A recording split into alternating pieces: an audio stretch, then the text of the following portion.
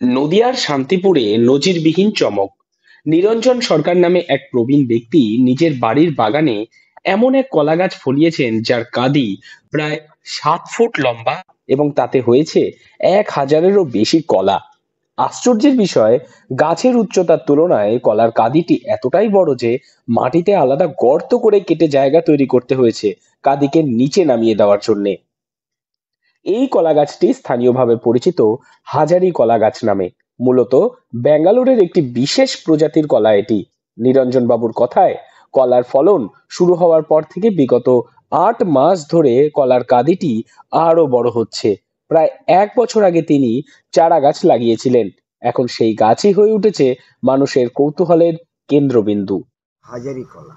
আচ্ছা, এই গাছের মানে বিশেষত এত বড় কলা তো আগে কোনো দিন না, তো আমি দেখা কোনোদিন দেখিনি, কিন্তু একটা শুনতে পেয়েছিলাম যে এই ধরনের গাছ আসে একটা প্রজন্ম।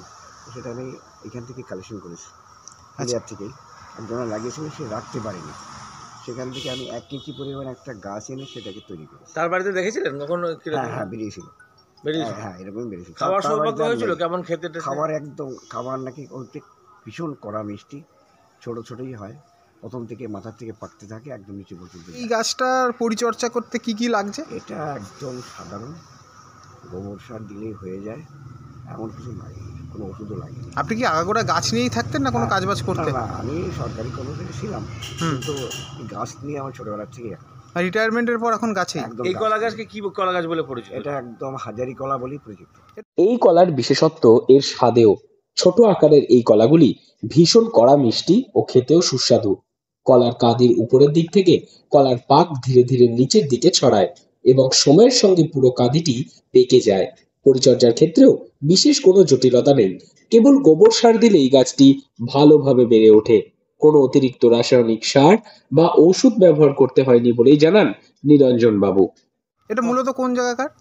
এটা বলছে সাধারণত ব্যাঙ্গালোর ভ্যারাইটিস। আপনি এখান থেকে? আমি এখান থেকে পেয়েছি। তো এই কলা মানে মোচাটা পড়েছে কবে, কতদিন আগে? প্রায় ধরে নিন 7-8 মাস হয়ে গেল। 8 মাস? হ্যাঁ, 8 মাস ধরে এরকম বেরিয়ে যাচ্ছে? এই বেরিয়ে যাচ্ছে। আর আমাদের এখানকার কলা চাষি আছেন, হ্যাঁ, করতেই পারে। সেক্ষেত্রে কি আপনার সাথে যোগাযোগ করলে কিছু পাওয়া যায়? যোগাযোগ করলে আমি চারাও দিতে পারি। সরকারি চাকরি থেকে অবসর নেওয়ার পর গাছপালার প্রতি আগ্রহ আরো বেড়েছে তার। সেই অভিজ্ঞতা থেকেই পরিবার সূত্রে শেখা পদ্ধতিতে তিনি পরিচর্যা করে তুলেছেন এই অনন্য কলা গাছটি। ইতিমধ্যে এই গাছের শিকড় থেকে নতুন কলা গাছের জন্ম হয়েছে, যা ভবিষ্যতে এই ধরনের ফলন দেবে বলে আশাবাদী তিনি। এমন বিরল কলার কাঁদি দেখতে ইতিমধ্যেই আশেপাশের এলাকা থেকে বহু মানুষ ভিড় করেছেন। অনেকেই ছবি তুলছেন, কেউ কেউ এই বিশেষ কলার স্বাদও নিয়েছেন। যারা ব্যবসার উদ্দেশ্যে এই প্রজাতির কলা চাষ করতে আগ্রহী, তাদের জন্য নিরঞ্জন বাবুর কাছ থেকেই পাওয়া যাবে এই কলার চারা, এমনটাই জানালেন তিনি। নদিয়া থেকে মৈনাক দেবনাথের রিপোর্ট, লোকাল 18 বাংলা।